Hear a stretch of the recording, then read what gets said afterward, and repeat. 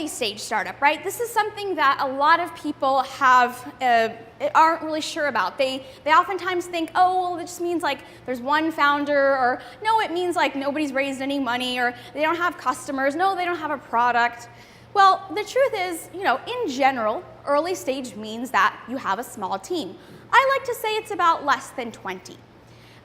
There are chances that they've raised some amount of capital, maybe a seed round, maybe less than $1 million, or maybe less than $500,000. It depends on what kind of product it is. Chances are that they might have a product out there, they might have a prototype, they even have some level of customers, maybe even some revenue.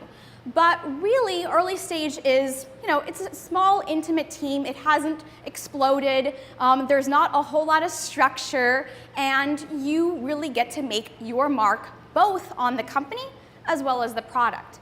So if you go into a 20-person company that's like 20 years in, they're probably not operating like an early stage startup, right? It's usually within the first couple of years. Now, we've already kind of hinted at why an early stage startup is unique, right? We've talked about the fact that you get to learn a lot. And when we say you get to learn a lot, it's really about being autodidactic.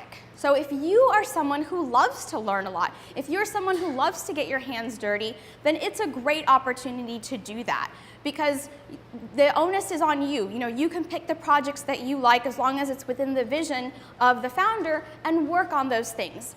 You can also learn a lot of new technologies in the process. And like I mentioned before, you also get a chance to get some cross-disciplinary understanding. So you can very easily talk to the marketing team, you can talk to business development, you can talk to sales, you can do some customer support, because there's a lot of holes to plug in. So it gives you a chance to do a lot of different types of work.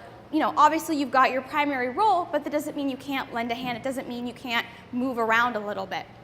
And this, to me, is really important, because if you do decide that someday you may want to be an entrepreneur or a founder, you want to have a deep understanding of what those other people work on. If nothing else, to know how to hire them, to have some level of empathy, right?